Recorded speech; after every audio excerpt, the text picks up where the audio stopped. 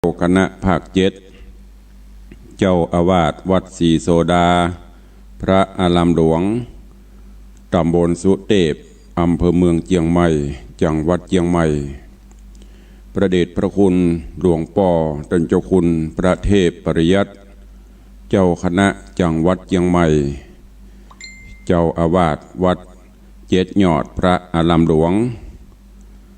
ตำบลจางเผือกอำเภอเมืองเชียงใหม่จังหวัดเชียงใหม่พระมหาเถรานุเถระเจ้าคณะพระสังฆาธิการภิกขุสงฆ์สามเณรจุตนจุองค์โดยความเคารพขอเจริญสุขเจริญปอนญาติโยมศรัทธาสาธุชนติ่นจองห้องวัดจุหนุ่มเท่าใจยิงขอน้อมต้อนรับทุกท่านเข้าสู่รายการมรดกธรรมกำเมืองต่างสถานีวิทยุกระจายเสียงพระพุทธศาสนาแห่งชาติและสังคมคลื่นเพื่อการศึกษาพระพุทธศาสนาและวัฒนธรรม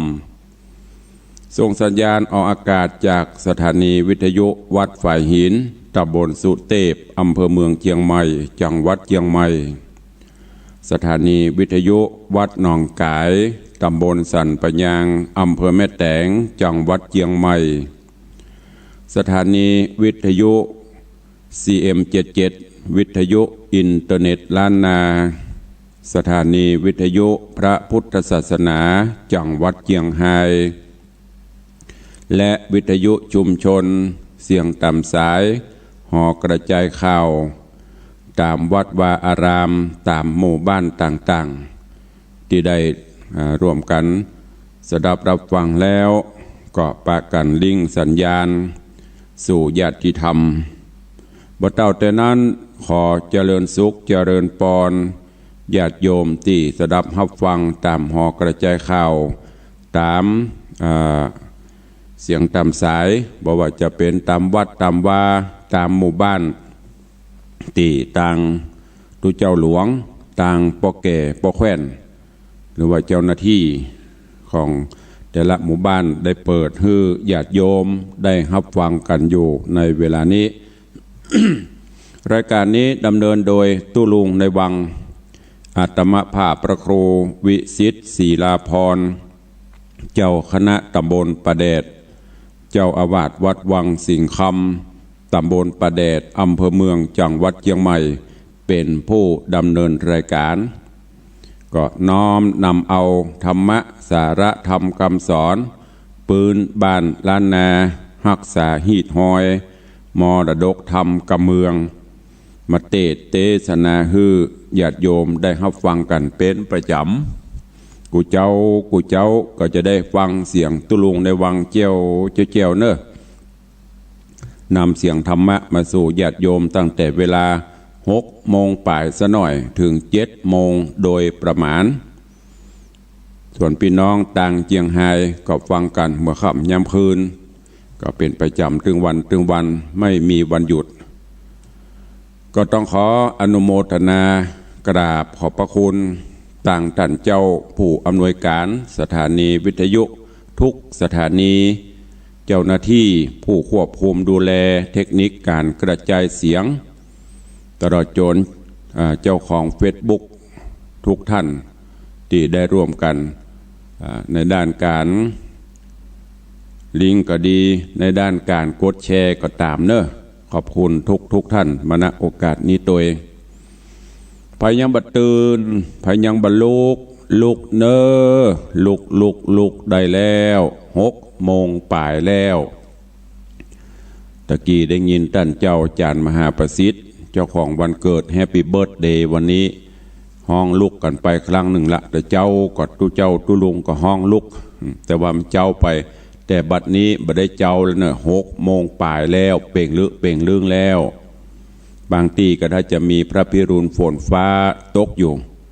แต่เจ้าตั้งแต่ตี 4ป่ายฝนลงมาหาใหญ่แต่ประเดี๋ยวก็หยุดไปละก็จะไปเมานอนหลับนอนเนอะ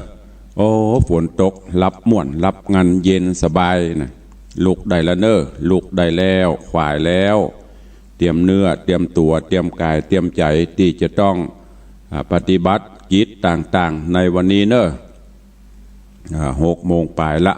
ลูกเจ้ากินพักตั้งปลายลูกควายกินพักตั้งเก้าลูกเจ้าจะได้กินตึงยอดตึงอย่างเนอะวันนี้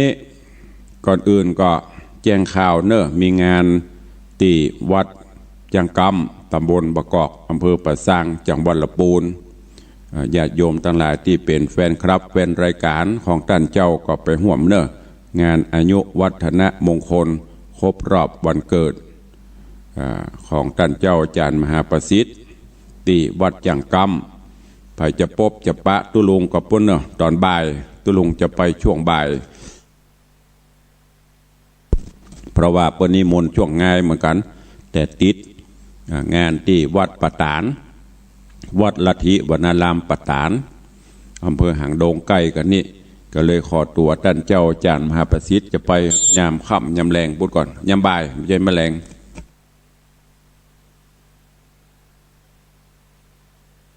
ตะกี้ก็เช็คถามเวลาเปิ้นบอกประมาณบ่าย4 โมงก็สัก3 โมงก็จะล่องไปใครจะพบปาตุลงถ้าพ่อหาเนื้อมังไงนี่บอกจะเจอตอนบ่ายจะไปร่วมพิธีวันนี้ก็มาฟังกันต่อในเรื่องของหมูหินในตอนอาวสานจึงตุลุงได้เทศนามาถึงหมดถึงมวลกันผ่านโป้นไป13 ผูกทำเรื่องนี้มีถึงหมดกันอยู่14 ผูกเนอะวันนี้ก็จะเป็นตอนอาวสานละเสียงอาจจะบะเป่งบะป่วยเนอะวันนี้เริ่มจะมีอาการไอนิดๆแต่ไม่ใช่โควิดเนอะเพราะว่าสภาพอากาศช่วงนี้ก็เปลี่ยนแปลงบ่อยเดี๋ยวก็ฝนเดี๋ยวก็เย็นเดี๋ยวก็ฮ้อนร่างกายปรับประตันประกอบกับงานตัวเก่าก็กำลังแล้วก็ปฏิบัติศาสนกิจหน้าที่ต่างๆแหมบางเตื้อร่างกายก็อาจจะฮับบ่ไหวเริ่มจะไอเริ่มจะคันคอยุบยิบ ก็ต้องขอสุมาอภัยเนอะเอาละบ่เฮ้อเสียเวลาก็เดียวมีอันอย่างเฮาก้อยไปอู้กันใต้รายการตอนนี้ฟังน้ำฟังธรรมกันเฮียก่อนเนอหมูหินตอนอาวสานณโอกาสบัดนี้ นะโมตัสสะภะคะวะโตอะระหะโตสัมมาสัมพุทธัสสะสัทธะโบดุราสัพปุริสะตั้งหลายนิยายนี้จะกล่าวถึงเจ้าปรมจารีได้เป็นดีนั่งห้องโยดตัวต้องปาลาเจ้าก็มาขัดนิ่งใจต่อยังปอเจ้าระสีอันปั๊มเป่งปาลามีอยู่สร้างในปากกว้างหิมมาปานพระผู้บานหนอดเต้าก็บอกกล่าว7 นางว่าดูรายอดบุญขวางหนอดเนาปี้จักเข้าสู่ดงรีไปหาละสีปอดไทยอันใดเลี้ยงปี้ใหญ่แต่เดิมมานะจุงหาเฮือใดยังดอกไม้และเตียนคำปีจากน้ำเมื่อไหวยังปอดไทยละสีจะแลมือนั้น7 นางนาดไทยก็เสาะใสสะแหวงหายังบุผาดอกไม้ได้แล้วใส่เนื้อขันนำมาปั่นฮือแก่เจ้าว่าข้าน้องเนาแต่งแล้วจุประการได้ญาตานมีมากทุกอันหากของดีและนาว่าอันเมื่อนั้นโพธิสัตว์เจ้าก็ปาเอาหนอดเนา7 นางลงจากพางผาศาสตร์ยัวลิญาเตียวไป เถิงเติงในโหนหอเถิงเติงในโหนอยู่แล้วขึ้นสู่หมู่หินพระนรินทร์นาถไทยก็เอาค้อนใส่สามกามเป็นหมูดำองอาจบินขึ้นอากาศไปบนลัดไปโหนบ้านออกตีดาวขอกหิมมาปานเถิงสถานด่านดาวปี้ตี้ปอดเตาอยู่จำศีลก็ฮือหมู่หินลงต่ำตี้ต้าน้ำลินคามฮือหินดำอยู่ที่เก่าแล้วจวนนางนอดเนาอาบน้ำเย็นใจจริงเอากันไปสู่ยังตีอยู่ป้อละสียออันจุลีขาบไว้ว่าข้าแด่ป้อไทยราศีเจ้ายังสวัสดีบอกขาดบอกมีพญาติอันใดโรคาภัยบอกมาตองได้แห่งห้องสันดานจะหรือว่าอันเมื่อนั้นพระราศียอดซอยก็ตอบถอยตามกรรมว่ายังอยู่สวัสดีบอกขาดบอกมีพญาติโรโหกาหูตาสายเหมือนเก่าบ่มนเศร้ามองมัวและลูกเฮย ว่าอันแล้วตนนอแก้วโพธิญาณกับเจ็ดนางนาถไทยก็ย่อขันดอกไม้และเครื่องปูจาขอสู่มา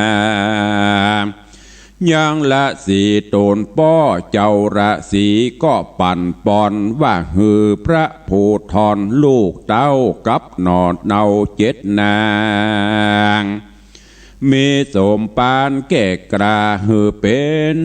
เจ้าฟ้าผาบจุมปูศัตรูอย่ามาไกลความเจ็บปวดใครอย่าได้มาเบียนสาปะเกียนอุบาทจุงกอยกราดนี่ไกลแดดเตอะว่าอันแล้วตนเกี่ยวพระราศี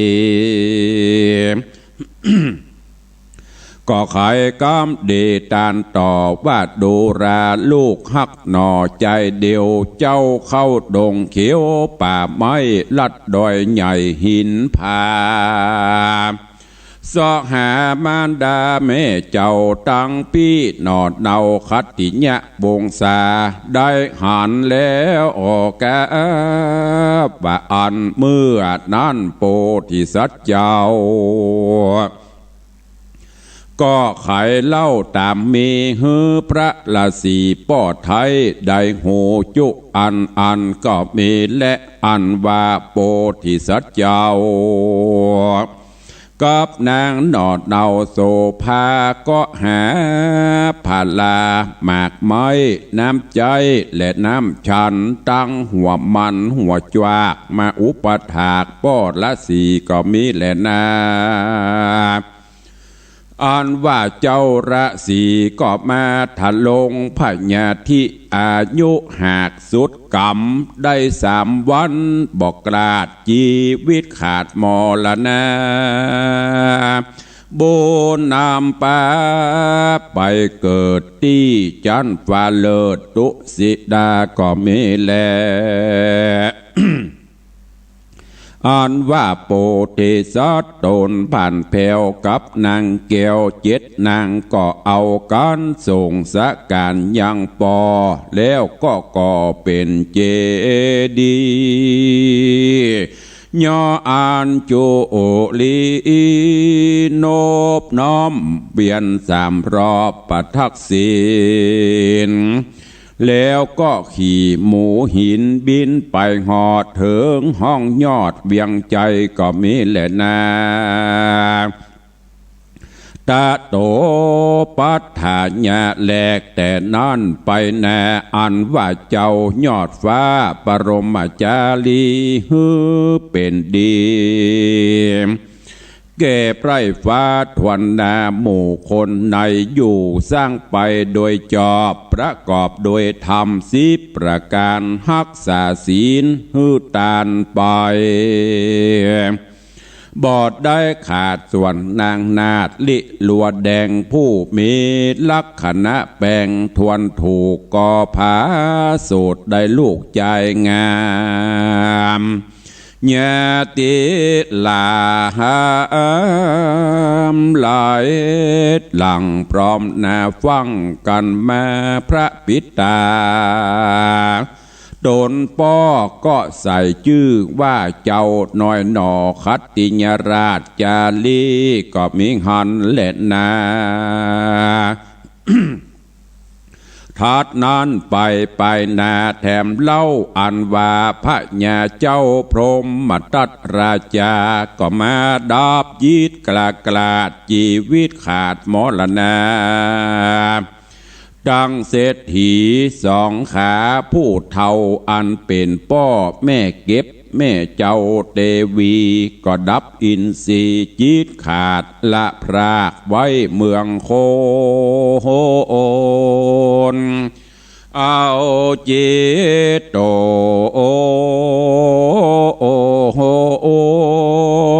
ไปเกิดในจา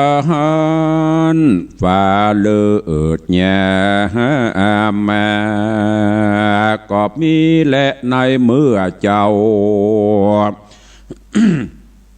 คติญาราชจาลีจำเลินดีขึ้นใหญ่อายุได้18 ปีถึงวันดีมาฮอดอันว่าเจ้ายอดปิตาก็ฮือเศษนาม้วนหมู่ไปสู่ห้องมัตตราชเบียงใจขอเอาลูกสาวใส่ใจงามอาจแห่งเตาราชคัตติญะวงศาฮือมาเป็นเทวีลูกเต่าแล้วอภิเษกเจ้าอยู่สะเวยเมืองก็เมงหันและนาตาโตปะรังทัดแต่นั้นไปนาแถมเล่าอันว่าแม่เจ้าจันตะเทวีก็ดับอินทรีย์กราดชีวิตขาดมรณะเจ้าก็โศกาโศกไม่ร้องล่ำให้ไปมา แล้วก็ฮือเศษนาผู้แกว่นใจ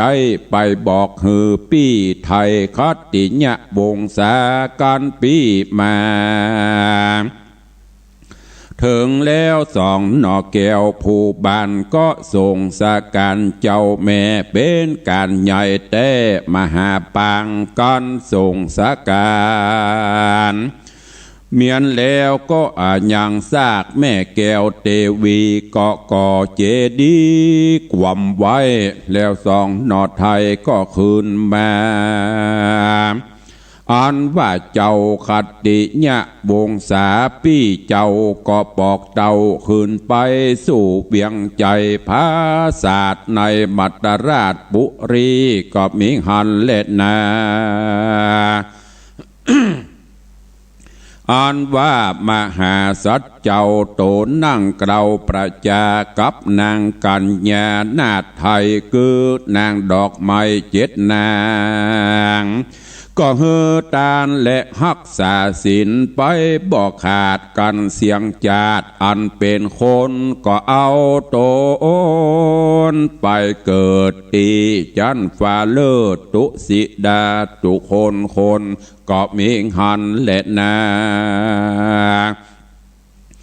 สาธาอิมังธรร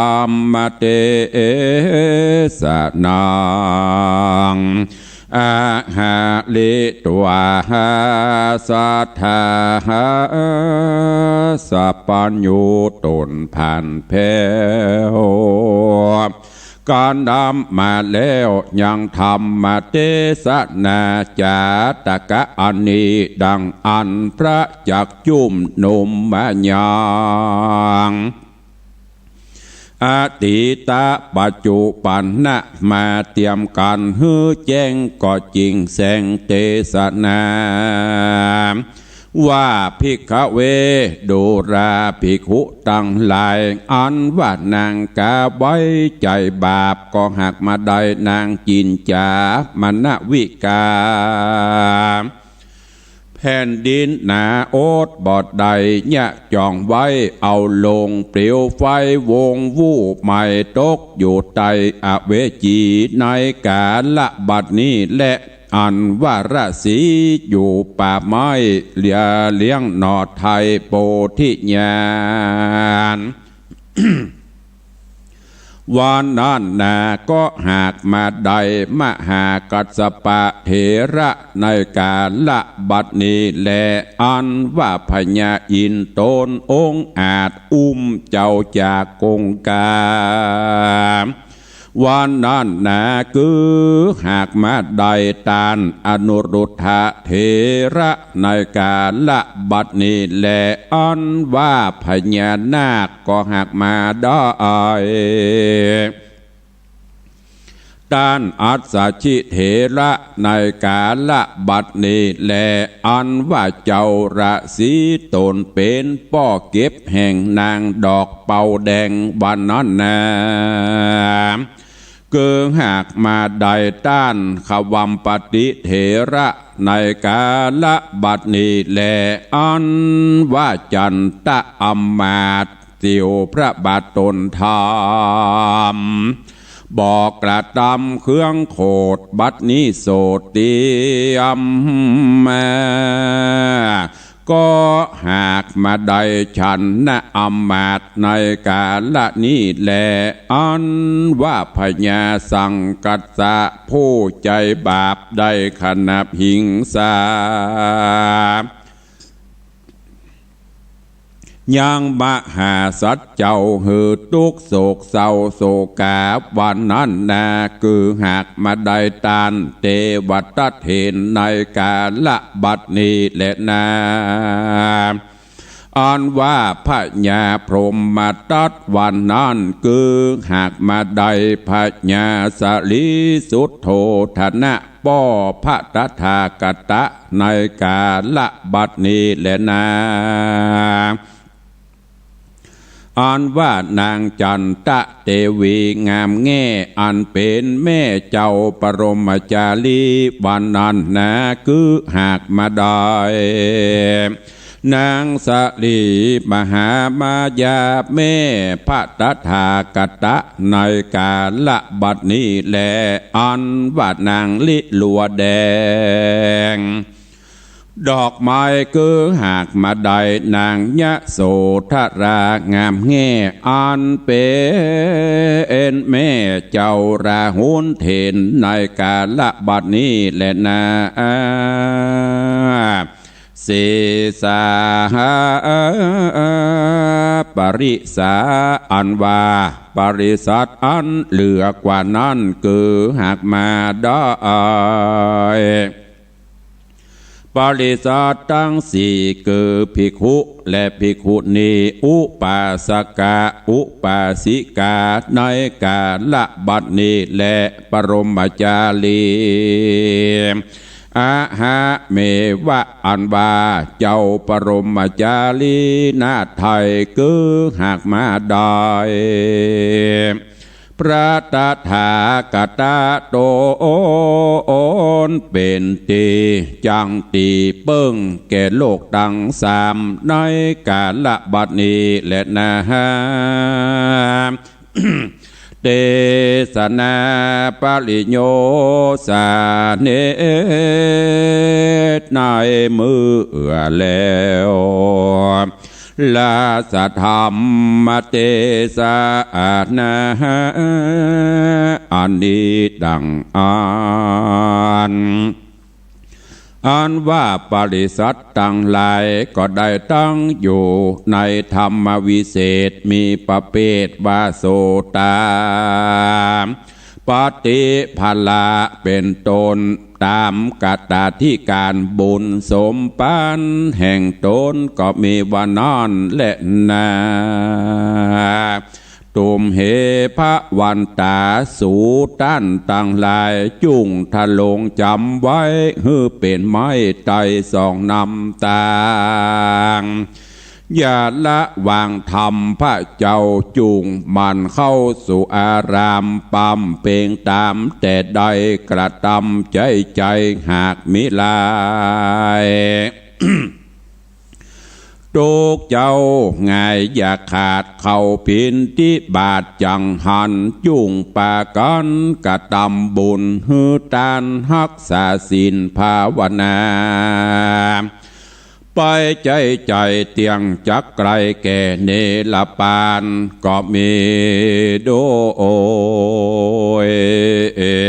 ภากา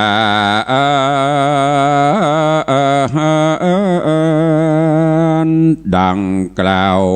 มานี้แหละนาเนติตังขีญาสังวันนาวิเศษจาห้องเหตุธรรมเทศนาเรื่องหมูหินก็อวสานลงเต้าอีก่อนและนาก็บังโกมสมเดชสะเดช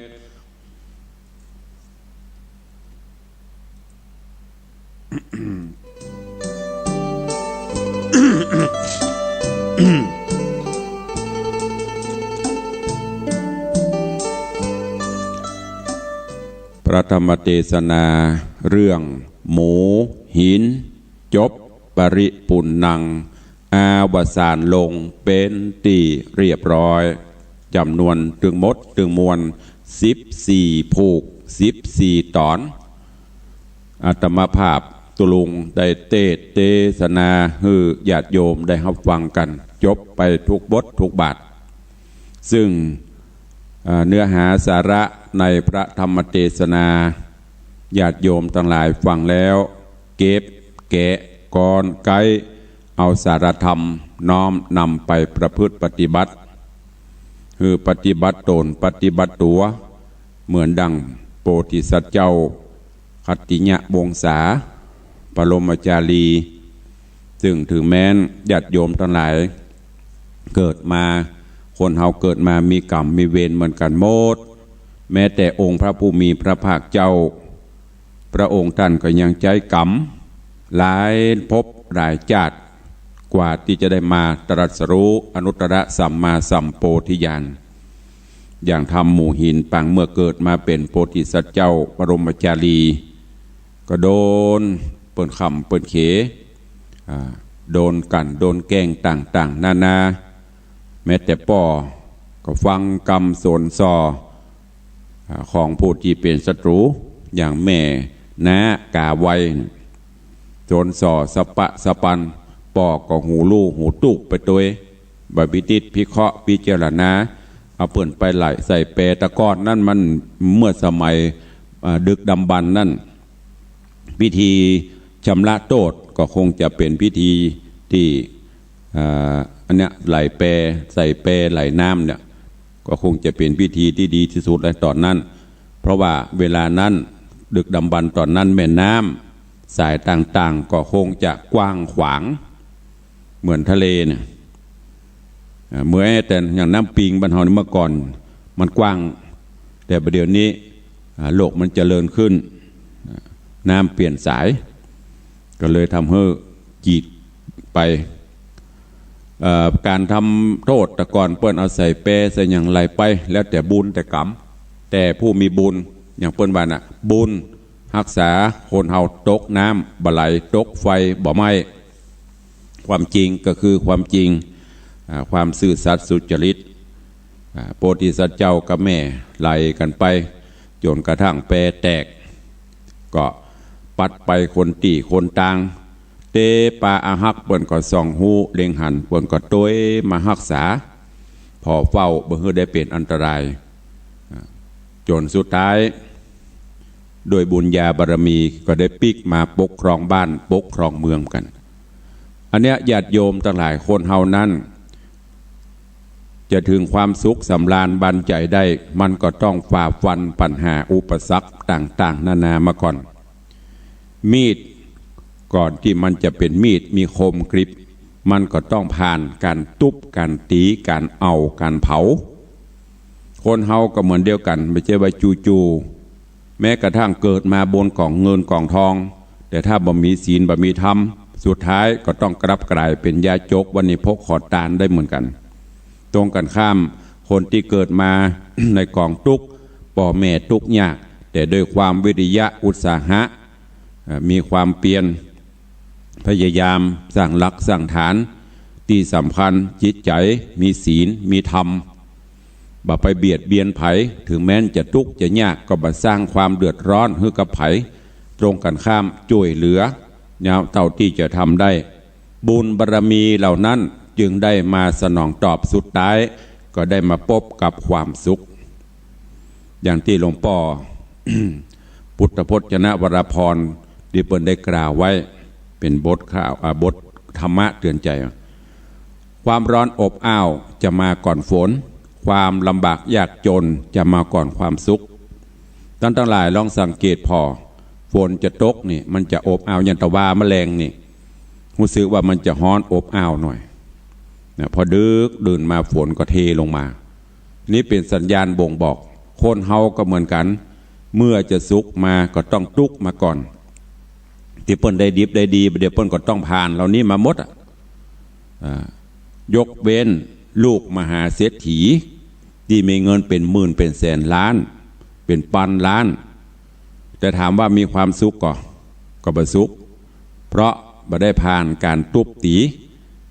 พอเปิ้นบ้านอย่างน้อยก็เอาละบ่สบายใจเพราะเกิดมาพบในบนกองเงินกองทองปัญหาต่างๆก็มีเฮาหูเฮาหันเรื่องราวต่างๆก็เกิดขึ้นตามที่เป็นข่าวที่เฮาได้หูได้ทราบฉะนั้นญาติโยมท่านทั้งหลายเฮาเกิดมามื่นตาอยู่โลกนี้โดยอาการครบถ้วน32ก็ขอให้ได้ภูมิใจในความเป็นมนุษย์ของเฮาเนอะภูมิใจที่เฮาได้เกิดมาเป็นลูกของพ่อเป็นลูกของแม่ถึงแม้นมันจะทุกข์จะยากพ้องก็เป็นหยังก้อยอุตสาหะวิริยะความเปลี่ยนบำเพ็ญไปสุดท้ายเฮาจะได้ดีตรงกันข้ามถ้าขี้เกียจขี้ค้านบ่ขยันมั่นเพียรบ่ฮู้จักเก็บจักเคลียร์อันนั้นก็ช่วยเหลือบ่ได้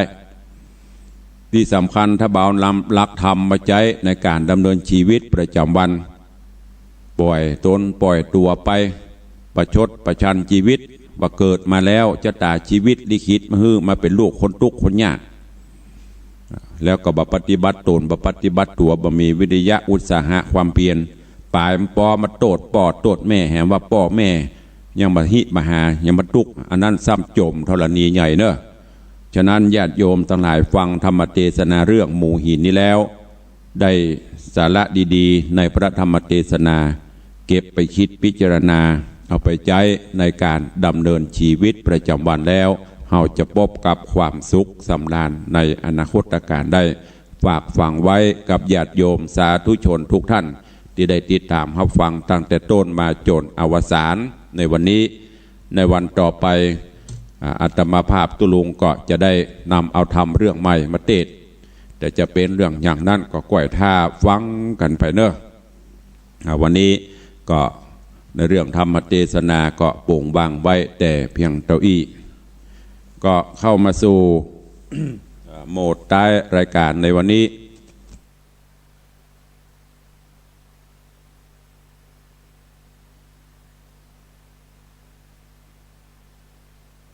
โหมดท้ายรายการที่จะได้ได้จ้า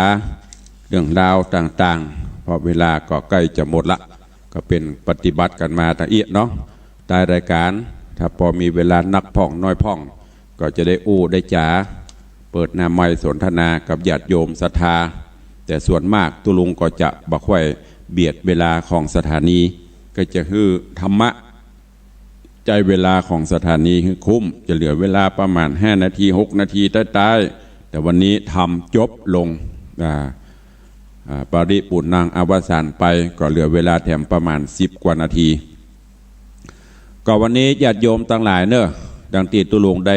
ประชาสัมพันธ์ต้นรายการวันนี้ตีวัดจังกำตำบลประกอบอำเภอปะซางจังหวัดลำพูนก็มีงานทำบุญอายุวัฒนะมงคลครบรอบ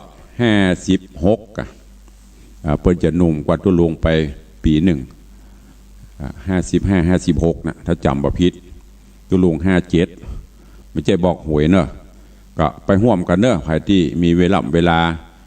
ที่ว่างเว้นก็ไปร่วมบุญกุศลมุทิตาสักการะ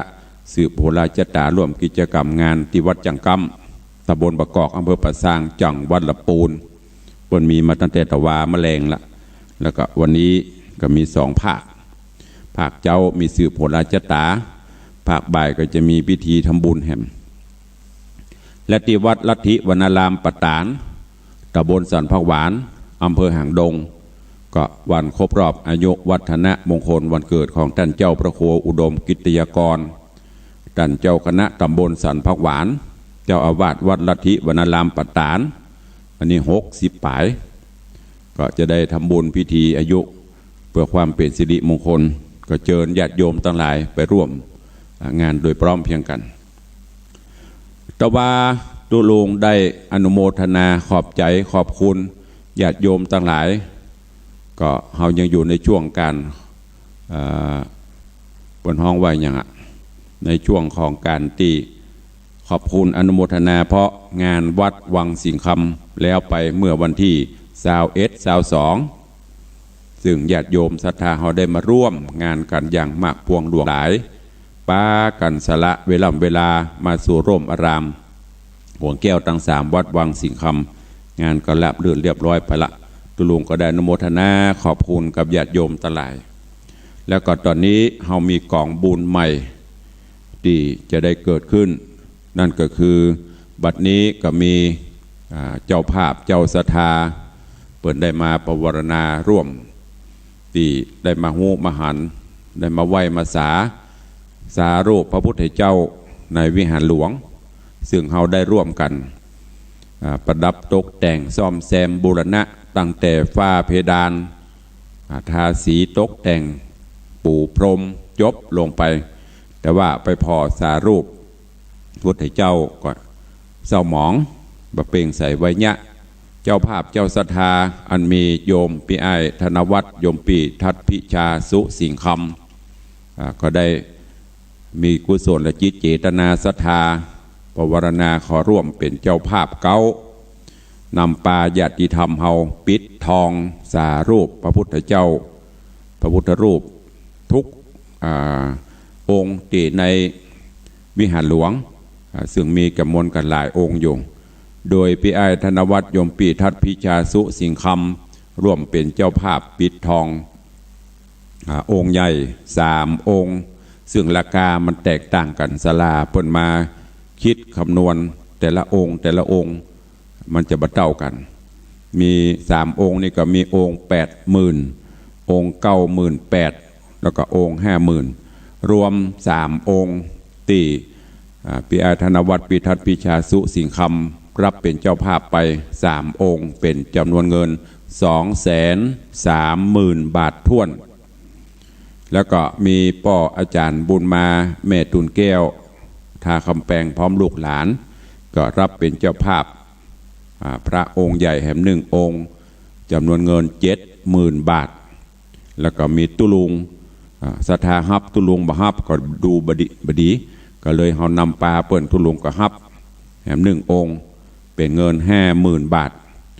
ที่เหลือจากนั้นก็จะเหลือสาวกแล้วก็เหลือพระพุทธรูปองค์น้อยก็จะใช้งบประมาณแถมประมาณสัก100,000 กว่าบาทก็เลยบอกบุญญาติโยมศรัทธาเฮาร่วมกันเนาะคนละเล็กคนละน้อยเป็นเจ้าภาพแผ่นทองคำเปลว100%แผ่นทองนะ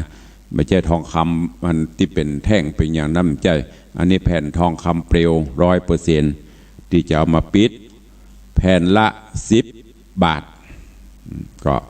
แล้วแต่นบุญศรัทธาใครจะให้จะห้อมกี่แผ่นก็นักผ่องน้อยผ่องตามกำลังศรัทธาเนอะแต่ว่าปฐมฤกษ์เบิกฟ้าเบิกอรุณ ตุลุงก็ได้ประกาศไปก็มีญาติโยมศรัทธาแจ้งความจำนงร่วมในการปิดทอง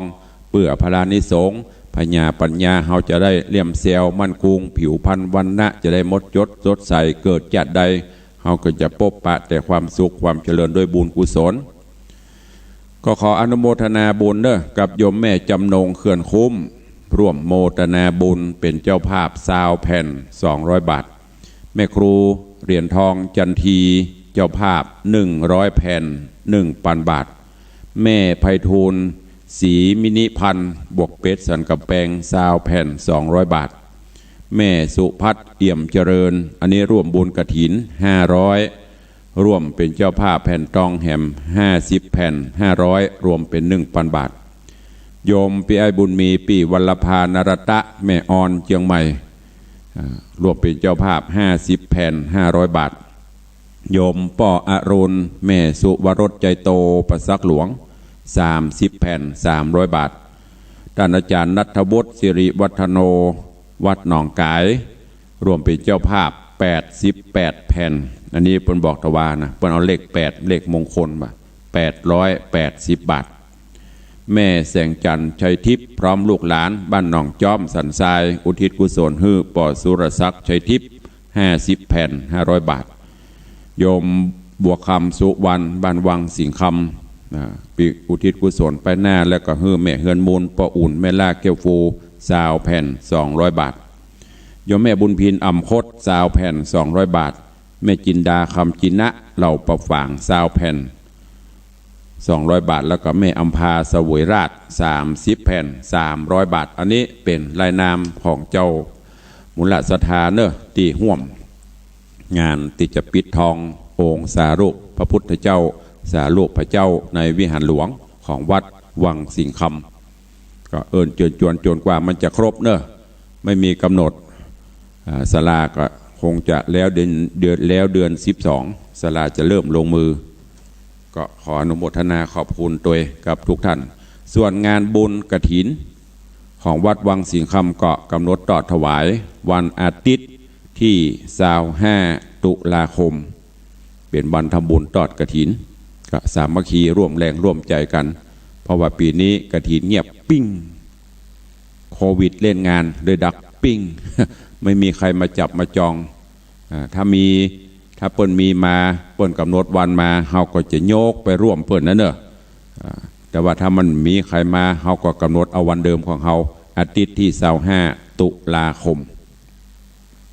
เอาเจ้าวันนี้ใครจะอู้จะจาจะเอ่ยสนทนายามเจ้ากับตุลุงเข้ามาได้0817836540โอ้ไอเบลนี่ลูกเจ้าปฐมมาเลิกก่อนเปิ่นก่อนตั้นให้ตื่นตี 2ใช่กะทำโมมารับมานอนกะตุลุงยองมาตั้งแต่ตีอ้าวตุลุงเนี่ยครับว่าจะได้วันนี้ขอร่วมบุญกับตุลุง200 บาทครับพี่ทองครับอนุโมทนาเนอเบลเนอเดี๋ยวจะฝากลุงวัดไปฮื้อนะครับสาธุเนอจะเลิญปอนขอบคุณกับโยมไอเบลน้องเบลผู้พิการต่างสายตารวมโมทนา20 แผ่น200 บาทเนี่ยเปิ่นตานอกเปิ่นบหันตาในเปิ่นเป่งใส่ไว้เนี่ยทำไปถึงแม้นจะไปเสาะสตางค์ยากเสาะสตางค์เขียมเฮาตาดีเสาะสตางค์คล่องแต่เปิ่นนี่สายตาเปิ่นบ่ค่อยดีเปิ่นก็หาได้ก็ทำบุญสูญตานไปอันเนี้ยเปิ่นห้องว่าตานอกบหันแต่ตาในเปิ่นสว่างสวัยวันนี้ร่วมโมทนาบุญเป็นเจ้าภาพแผ่นทองคำเปลว20 แผ่น200 บาทอนุโมทนาขอบคุณด้วยเนอะได้ยินไอเบลกับโยมปี่แหมพลก็นึกถึงโยมแม่สีพูนคำแสลงเนาะแม่สีพูนนี่เพิ่นจะอยู่ประจำที่96อันนี้ก็เหมือนเดียวกันตาเพิ่นมหันแต่โยมแม่สีพูนนี่ได้ยินไผ่ประกาศวัดในประกาศบุญแม่สีพูนหอมมดนักผ่องน้อยผ่อง วันนี้เปิ้นก็ไปสู่โลกที่สว่างสวัยพุ่นละใครจะอู้จะจ้าจะเอ่ยโดยตุลุงก็เข้ามาเด้อเข้ามาได้เจริญปอนโยมแม่สีนวลแม่จะหอมกระถินท่านพระครู200เดี๋ยวกันเนอแม่สีนวลรันจวนกระถินเนาะแต่ว่าไม่หอมมันนั่นละเนาะแต่ว่าไม่ได้หอมรู้ลืมไปละไม่ได้พอบัญชีตะกี้ประกาศไปมีเนาะจดว่าเนี่ยตะกี้อ่านไปละถ้าเงินมันโอนไปแล้วลืมก็จะมาตึกทันพระครูใจต้องจดอยู่ใจเข้าไปแล้วเนาะกระถินแผ่นทองแผ่น100รวมเป็น300เนาะเจ้ากระถิน200แผ่นทอง100สาธุอนุโมทนาเนาะแม่เนอสาธุปอนบุญรักษาเจริญปอนโยมแม่จันดีฮัลโหลเจริญปอนฮัลโหลโอ้ยังสลับปะเปมไขสายไผ่เสร็จเลยไปสาเจ้าว่าใดนี่คุยกันทองเลยเจ้าว่าจะใดวันนี้ขอเพิ่มไม่ยอดเรือนช่างขายรับร่วมทำบุญเดี๋ยวแม่ยังก็แม่ยอดเรือนช่างขายจ้างการจ้างขายด้วยเนาะเจ้ายอดเรือนช่างขาย120 บาทคือเท่าไหร่อะ12แผ่นเนาะ12แผ่น120 บาทอะเจ้าแผ่นละ10 บาทเจ้า100 เนาะเจ้าสาธุอนุโมทนาสาธุ3ไปเถาโคกหมดแล้วเนาะสาธุสาธุนะเจ้าจะเลิกก่อนขอบคุณเนอะกับญาติโยมที่ได้ร่วมโมทนาบุญมาขอบคุณทุกเสียงทุกสายเคลียร์ก่อนเนาะมันสลับซับลมบุมเข้ามาใหม่เนอะขอบคุณเนอะกับโยมแม่สีนวลลันจวนร่วมโมทนาบุญปิดทองไอเบียวยายแหมฮัลโหลว่าใดไผ่ก็นายกับว่านางนายกับว่านางนายธีรวุฒิมากเมืองอันนี้ชื่อของไผ่น้องเบี้ยวครับก็ใส่ใส่ชื่อแท้ๆเนาะมันจะใส่นายเบี้ยวเนาะสาธุไม่สาครับเจริญปอนเสือใต้เจ้าว่าหอม2อย่างหอมสวยเจ้าอันยังพ่องแผ่นทองเจ้าตาใดแผ่นทองกับกระถินเจ้าเอาว่ามาแลตาใดแผ่นทองตาใดกี่หมื่น500กระถิน500เจ้าโอเคสาธุอนุโมทนากับแม่เนอเจ้าเจริญปอนสิ่งเหนือมาละสิ่งเหนือมาละแม่ว่าสิ่งเหนือเสือใต้ปนหอมละเสือเหนือสิ่งเหนือว่าใด1,000 บาทโอ้บละกันเนาะมาถึงมาแห้งกันกะสิ่งเหนือเสือใต้แม่จันดีวิสุทธินันท์อย่างละ500กะก็ว่าอย่างเดียว2 อย่าง5002 อย่างปันอย่าง2 อย่างอย่าง2นั่นคืออย่างกฐินกับปิดทองกฐินนี่ตีจริงอ่ะต้องจะปิดทองก็ปิดทอง 1,000 เนาะกฐิน500ฮะกฐิน500ทอง 1,000 สาธุโอ้อันชนะเลิศแล้วเนอะเสือใต้การเปิ้นเนอะเดี๋ยวเสือใต้ต้องเพิ่มตัวเสือใต้บอกบ่โทรไงหรอสาธุอนุโมทนาบุญเด้อเจ้าตอนนี้จะกันเอาไปให้เด้อได้เลยสาธุนมัสการขอบคุณอนุโมทนาบุญเด้อตุเจ้าเสียวเปิ้นเล่นเป็นแม่บุญธรรมถึงกูถึงเหนือถึงใต้ทางเสือใต้นี่โยมแม่ประณีพยัคฆ์ไคหพลร่วมโมทนาบุญจะสู้เปิ้นก่อสู้เจ้าสู้ เป็นเลย เท่ากันเลยเท่ากันเลย ถ้าตั้งเหนือหมื่นได้ให้หมื่นเนาะฮะ ตั้งไม่เป็นดีอ่ะ ถ้าตั้งเหนือหมื่นตั้งใต้ก็ให้หมื่นนะเนาะ เจ้า สาธุสาธุอนุโมทนา เปิ้นเคยปากันแล้วล่ะอู้กันดีอ่ะ นั่นน่ะสาธุ ชอบ จัดบุญร่วมกันเนอ เจ้าเอาเต้ากันเนาะ เจริญปอนเนอสาธุ เจ้าแต่ตู้เจ้าปัญหาเจ้า กู้ปันแห่กะ สาธุเนอโยมแม่ประณีพยาไคหพลร่วมโมทนาบุญปิดทอง 1,000 บาท100 แผ่นแล้วก็ร่วมกฐิน500โยมแม่จันดีวิสุทธินันท์ร่วมปิดทอง 1,000 บาทร่วมทำบุญกฐิน500โยมทีระบุตรมากเมืองเขาจ้างห้องเปิดไอเบียวผู้พิการทางสายตาจื่อแต่เปิดจัดงามทีระบุตรมากเมือง20 แผ่น200 บาทแม่สีนวลลันจวนก็ร่วมทำบุญกฐิน100ปิดทอง200ขอบคุณอนุโมทนาแม่ยอดเรือนช่างขาย12 แผ่น120 บาทก็หอมกันไปคนละเล็กคนละน้อยพลังสามัคคีพอปวกกระมดมันยังแล้วเนาะมันเหลือช่วยกันไปเพื่อมันสำเร็จผลผิวพรรณวรรณะจะได้หมดยศเบ่งใสไวยะเหลืองอลามไผได้มาไหวมาสาก็เป็นที่ปลื้มปิติยินดีเขาได้รอพระเจ้าทองคำจะไปว่าตุลุงมีกับบุญเนอะก็เนี่ยได้เปิ่นมีเจ้าภาพเป็นเก่าเป็นการมาให้เขาละเบิกบุญเบิกตังให้เขาละตุลุงก็มาบอกจะยะไผไข่หอมก่อหอมไผบ่ไข่หอมก็บ่เป็นอย่างเนอะมาต้องบ่นมาต้องจมใต้รายการก็จะมีบอกไปจะยะสุดแล้วแต่เจตนาศรัทธาหนักผ่องน้อยผ่องตามนาบุญเนอะผู้มีบุญเจ้าภาพเจ้าศรัทธาเก่าเจ้าศรัทธาใหญ่เปิ้นฮับไปเป็นลักแสนเฮาบ่มีนักเฮาก็ห้อมไปแผ่นก็ได้2 แผ่นก็ได้บ่มีสตางค์ก็ยกมือสาธุโดยบุญโดยเปิ้นไปก็เป็นพระบุญตุลุงขอบคุณเนอะอย่าโยมกระดายความจริงกับบ่ใครรบกวนแต่ก็บอกไปสำหรับผู้ที่มีความพร้อมที่จะร่วมก็ร่วมกันไปตามนาบุญเนอะใครจะอู้จะจะจากับตุลุงเข้ามาเนอะวันนี้